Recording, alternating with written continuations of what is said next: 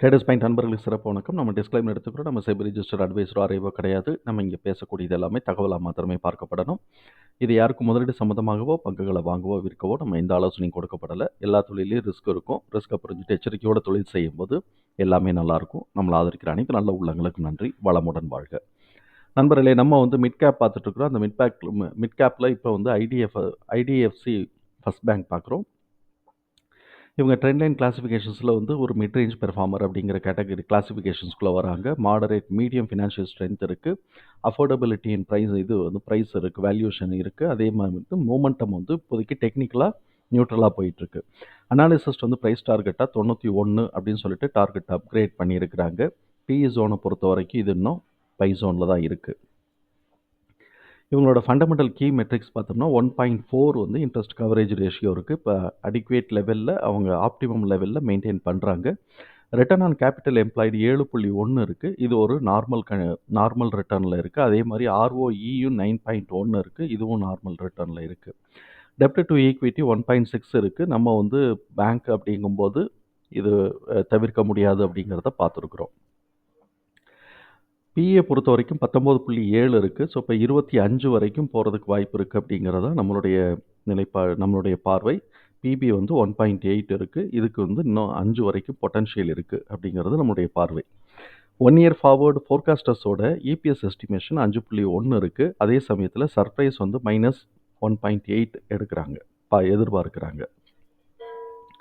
Consultants ரெக்கமெண்டேஷன்ஸில் 10 பேர் by கொடுக்குறாங்க, 5 பேர் ஹோல்டு கொடுக்குறாங்க, 3 பேர் செல் கொடுக்குறாங்க. கேஷ் ஃப்ளோவை பொறுத்த வரைக்கும் net cash flow year on year 32% increase ஆகிருக்கு. அதே மாதிரி கேஷ் ஃப்ரம் ஆப்ரேஷன் 224% இன்க்ரீஸ் ஆகிருக்கு. ஆனுவல் ரிசல்ட்டை பொறுத்த வரைக்கும் நெட் ப்ராஃபிட் 18% இன்க்ரீஸ் ஆகிருக்கு. ரெவென்யூ 33% இன்க்ரீஸ் ஆகிருக்கு. இப்போ current book value 45.6, TDM book value 159.7. இப்போ இவங்களுடைய என்ஐஎம் பார்த்தோம் அப்படின்னு சொன்னோம்னா 5.56 இருக்குது. இது உண்மையிலேயே இது வரைக்கும் நம்ம பார்த்ததுலேயே இந்த பேங்க்குக்கு தான் 5.56ங்கிறது ரொம்ப ஹையாக தான் இருக்குது. அதே சமயத்தில் என்பிஏவும் பார்த்தோம்னா கிராஸ் என்பிஏ 1.88 இருக்குது. 1.88ங்கிறது லெஸ் தென் 3ங்கிறதுனால இது ஒரு ஸ்ட்ரென்த்து. நெட் என்பிஏ நமக்கு இல்லவே இல்லை. அதனால மொத்த என்பிஏவுமே 1.88 இருக்குது அப்படிங்கிறது எடுத்துக்கிறோம். அப்போ நல்லா கம்பெனி நல்லா ஸ்ட்ராங்காக ரன் ஆகிட்டுருக்கு. சப்சிக்வெண்ட்டாக இவங்க ரிசல்ட் கொடுத்துட்டாங்க அப்படின்னு சொன்னால் மேலே போகிறதுக்கு வாய்ப்புகள் இருக்கும் அப்படிங்கிறது நம்மளுடைய புரிதல். குவார்ட்டர்லி நெட் ப்ராஃபிட், இப்போ குவார்ட்டர்லி பெர்ஃபார்மன்ஸ் பார்த்தோம்னா குவார்ட்டர்லி நெட் ப்ராஃபிட் இந்த மார்ச்சை 2024 மார்ச் 2023 மார்ச்சோட கம்பேர் பண்ணும்போது நெட் ப்ராஃபிட் ஒரு 10% நெகட்டிவாக போயிருக்கு. அது நம்ம கீழே விழுந்திருக்கு. அதே மாதிரி ரெவென்யூ பார்த்தோம்னாக்க மார்ச் டு மார்ச் கம்பேர் பண்ணும்போது 26% இன்க்ரீஸ் ஆகிருக்கு. இப்போ இவங்களுடைய வித்தின் த குவார்ட்டர்லி Q2Q பார்த்தோம்னாக்க ரெவென்யூ கூடியிருக்கு. அதே மாதிரி நெட் ப்ராஃபிட்டும் Q2Qவில் அதே கிட்டத்தட்ட சிமிலராக மெயின்டைன் ஆகிருக்கு. ஏன்னா 0.2 தான் வித்தியாசமாக இருக்குது. ஸோ இபிஎஸ் பார்த்தோம்னா 1 தான் இருக்குது.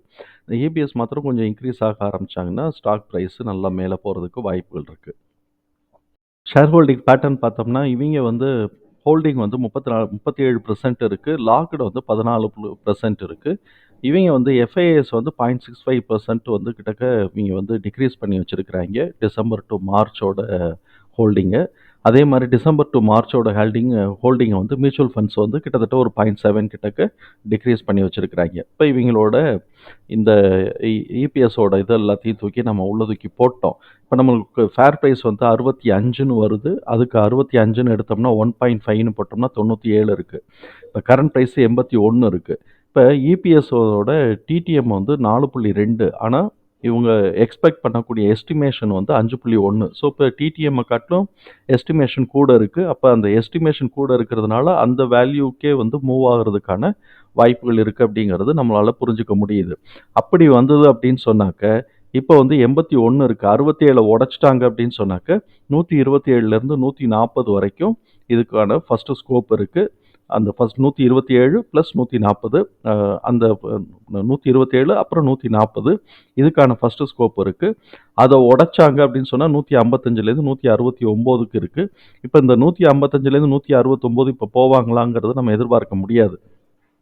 சரி, இந்த குவார்ட்டரில் என்ன இருக்குன்னா 83 உடைச்சிட்டாங்க அப்படின்னு சொன்னால் 111லேருந்து 117க்கான சான்சஸ் இருக்குது. 117 உடைக்கும்போது 124 டு 130க்கான சான்சஸ் இருக்குது இந்த குவார்ட்டருக்கு, அதாவது ஜூன் மாதம் குவார்ட்டருக்கு. ஏன்னாக்க இவங்க வந்து அதே இபிஎஸ் வந்து பார்த்தோம்னாக்க டிடிஎம் இபிஎஸ் வந்து அதே 1 வருது.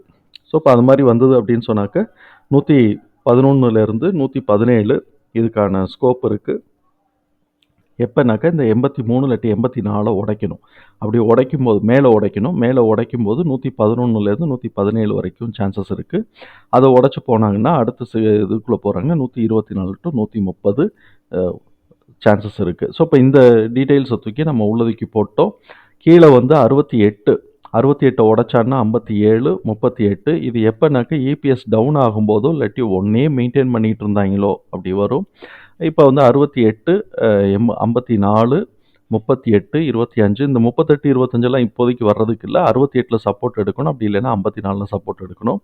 சரி, இப்போ இவன் வந்து என்ன பண்ணலாம், 84 வந்து பிரேக் பண்ணி மேலே போகும்போது மாத்திரம், மேலே போகணுன்னா ஒரு புல் பேக் வச்சுட்டு மேலே ஏறினான்னா 111 டு 117, 123, 130, 136 டு 140க்கான இப்போதைக்கு ஸ்கோப் இருக்குது.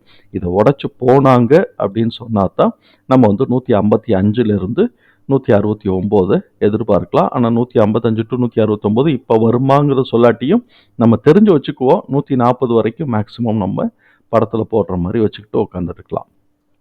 ஸோ இப்போ இதுதான் 84 பிரேக் பண்ணி ஒரு புல் பேக் வச்சாங்கன்னா சூப்பராக மேலே போகிறதுக்கான வாய்ப்புகள் இருக்குது. தகவல் நமக்கு பயனுள்ளதாக இருந்ததுன்னா சங்கருக்கு ரொம்ப சந்தோஷம். நம்மளை ஆதரிக்கிற அனைத்து நல்ல உள்ளங்களுக்கும் நன்றி. வளம்.